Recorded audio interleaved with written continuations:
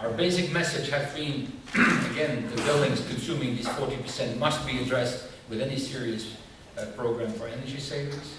The European directive is the vehicle to which we can attach ourselves, because it is about improving energy performance. Windows as the weakest spot have this potential. Proper insulation is effective, but is it enough? No. Solar shading is the smart and dynamic insulation of the transparent part of the buildings. Because as you know, glass is static, may have very good properties, but will always have these properties also when it is not necessary or desired. The focus on the EPBD is logical because that's the train that we can jump on to get to the destination. We connect solar shading to the European authorities via the EPBD, which has just been recast, so which is moving all the time. And in content, as you know, the first, maybe you have heard about this, the first objective of the EPBD was to define a methodology for calculating the integrated energy use of buildings. That's not so easy because, you know, you buy electric power by the kilowatt hour, you buy oil by the liter, you buy gas by the cubic meter. So it's quite a feat to have an integrated calculation for the energy use. To have energy certification of buildings, there will be quite a lot of noise about that because it will rate the buildings visibly, just like a refrigerator or a car, according to its energy behavior. And there will be minimum energy efficiency levels of new buildings and large renovations. The word large can now be scrapped because in the recast, the threshold of 1,000 square meters for major renovations has been eliminated. The EPBD is now enforced and will soon show effects. It's already becoming very effective here and there. The effects are via the National Energy Efficiency Action Plans, and believe me, these are checked in Brussels and compared and evaluated and assessed all the time. And building labeling will be a very powerful, visible item, and therefore in the recast there is a lot of emphasis on the mandatory labeling in a visible place of public buildings, which is also buildings accessible to the public. And the real estate market, listening to their complaints, they must be starting to feel the pinch, because of course it will mean that for the existing buildings a lot of renovation is needed, or the rating of the buildings will go down. It's just a few pictures, and you know the left side is the most common certificate. Now every country is free to to develop or invent its own label, and in fact we have seen in several countries that there is like a continuous strip going from red to green. Basically it's going from red to green, and to have from A to F, G, etc. On the right side you see an ad that I found in this situation in Britain, where you can see from October the 1st, that was last year, so things are becoming quite specific now and coming to the market. Just a few words before I finish about the November 2008 recast. It clarifies, it strengthens, and it extends the original EPBD. It removes the 1,000 square meter limit below which the EPBD was not applicable. In other words, it opens a fantastic, it's about 75% of existing buildings that now come into the picture for renovation. It makes the display in public buildings mandatory, at least for buildings over 250 square meters, including buildings, private buildings accessible to public, like banks and theaters and that sort of thing. It strengthens the role of the energy performance certificate and its quality control. In other words, there will be evaluation of the way in which certificates are established and handed out.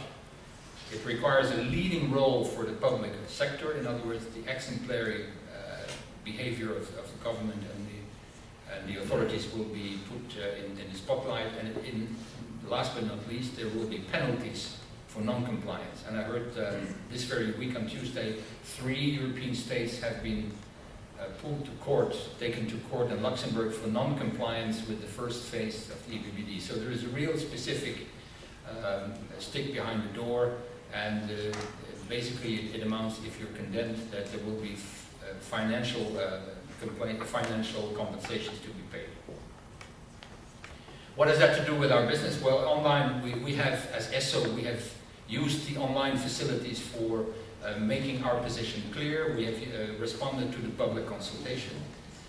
We are concerned, this is our business, because the 1,000 square meter threshold opens quite a big new market for us, and especially the renovation of windows is one that will be one of the first steps that will be envisaged. And as I said, almost 3/4 of the existing building stock is in that category. We are mentioned specifically as shading in Recital 9, which is a recital of the new directive about the building technologies that save energy. The shading is for the first time specifically in it. And it is mentioned again, but that was the case in the first version in the annex, as solar protection.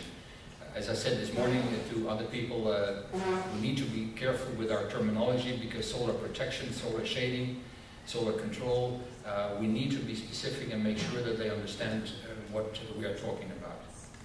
What we contribute, this may be a repetition for you, is of course the reduction of the cooling load and also the installed capacity. The smart use of free solar energy for heating purposes in the winter from intelligent controls. Improved use of free natural daylight for comfort and savings on electricity for electric lighting. That is 3 items of energy efficiency and energy saving. Improved comfort, that's more general, but it is very important because there will be a great attention for comfort, in summer comfort in particular, for the occupants. Better visual comfort and better working conditions, and therefore enhanced productivity of office workers. We're working in a working group with the HVAC industry on that subject to prove how better comfort can result in higher productivity and therefore, give a better payback. Why we need ESSO, therefore, the EPBD will take effect only through national regulations and legislation. So we are the collecting point of information of what is happening in Europe, and we transmit that information to the national associations, who in their turn should act with their national authorities. National action is not just required, it's absolutely essential, and it should be coordinated. And that is not easy because our industry is very fragmented, so we need an awareness of this through the trade associations. Other industries, we should realize, have very strong lobbies in Brussels and have quite a lot of influence, and therefore we need ESSO to channel the communications and decide on the priorities for our members in the various national countries.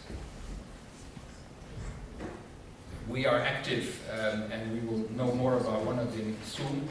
We have a passive role, in other words, we're sitting at the table, but we don't have an active role in Reshape, a program about renovation of social housing, always with the objective of better energy efficiency.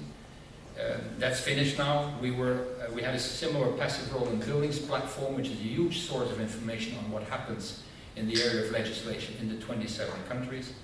We have a more active role in ASIEPI, which is about the assessment and improvement of EPBD. We've been called upon to make a speech for the solar shading industry in Barcelona in March, and we participate in several seminars. So we are the voice of the industry in these international forums. And believe me, the result of these projects are important for the European and the national legislation, because that's where the authorities draw upon. It's a network of scientists and experts and universities. And the Keep Cool project, I won't say too much about it because it's one of the next speakers will talk about that more in detail. Other initiatives, just to round this off, we have a task force with the REVA, which is the Association of the Heating and Ventilating Industry, for a guidebook, which we will finish by the end of this year.